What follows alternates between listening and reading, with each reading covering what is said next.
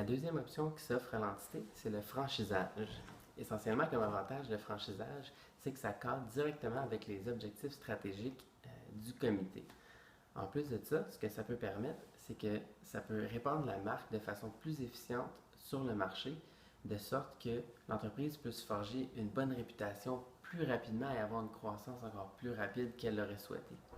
Ensuite de ça, ce que ça peut avoir comme avantage, c'est d'aller chercher l'expertise des franchisés. Donc, c'est évident que les franchisés ont une certaine expérience sur le marché qui peuvent amener à l'entité.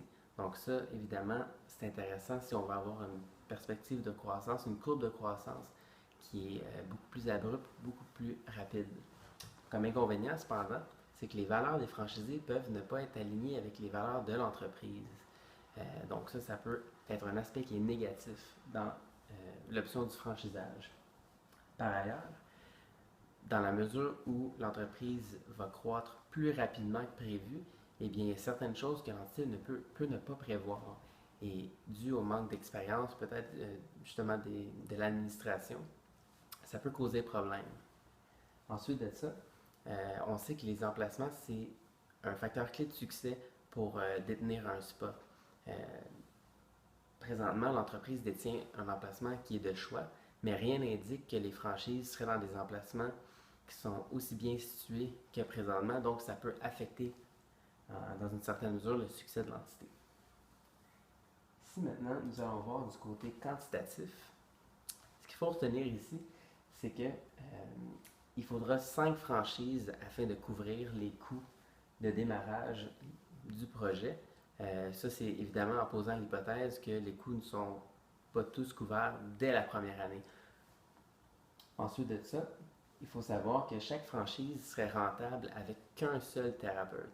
Donc ça, c'est vraiment une bonne nouvelle pour attirer des franchisés à acheter une franchise.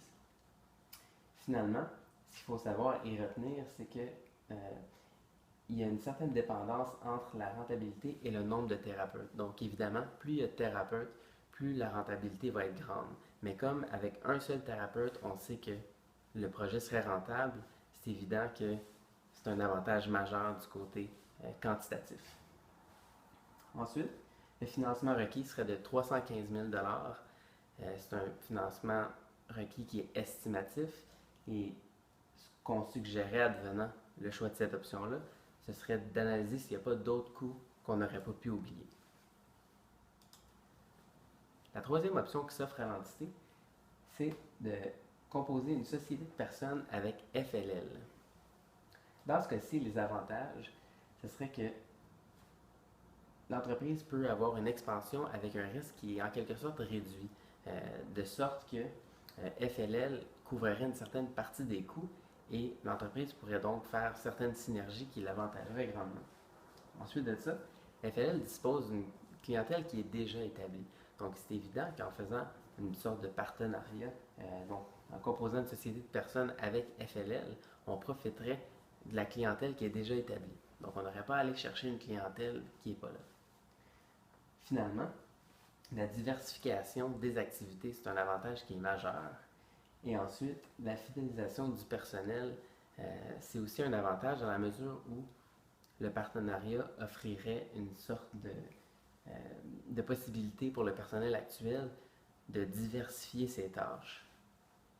Du côté des désavantages, c'est que FLL ne fait aucune promotion pour RSI, même si RSI justement investit beaucoup dans la société de personnes. Donc ça, c'est quelque chose à considérer. Ensuite, il y a une perte de capital qui est potentielle due à l'investissement dans la société de personnes. Ensuite, l'entreprise pourrait enquérir certaines dépenses additionnelles dues par exemple à une mauvaise évaluation de l'intégration des deux sociétés. Finalement, il y a un certain risque de sous-estimation de l'ampleur justement de l'impact de l'intégration. Donc on sait que ça peut être assez complexe du côté opérationnel. Donc il faut s'assurer de vraiment planifier les activités pour que l'intégration se fasse de façon adéquate. Du côté quantitatif, il faut savoir que le bénéfice annuel serait de 3 fois l'investissement. Donc ça, c'est vraiment un avantage qui est majeur, puisque dès l'an 1, on irait chercher 3 fois l'investissement initial. Ça exige un financement de moins de 50 000 donc c'est évident que l'entreprise peut se le permettre. Mais encore ici, il faut faire attention et s'assurer de vraiment procéder à du contrôle diligent pour s'assurer de ne pas sous-estimer le financement requis, justement. Pour terminer, cette option-ci, il faut vraiment s'assurer si on veut, de regarder, d'évaluer le plan fiscal de cette option-ci, puisque le choix du type de société va devenir vraiment important. Une société par action n'est pas la même qu'une société de personnes, notamment. Étant donné qu'on suggère une société de personnes, ça peut avoir certains désavantages du côté, par exemple, de la responsabilité qui est illimitée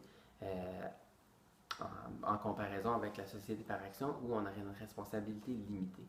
Donc, à cet effet, on pourrait suggérer justement de consulter un fiscaliste pour vraiment s'assurer de couvrir toutes les questions de ce côté-là.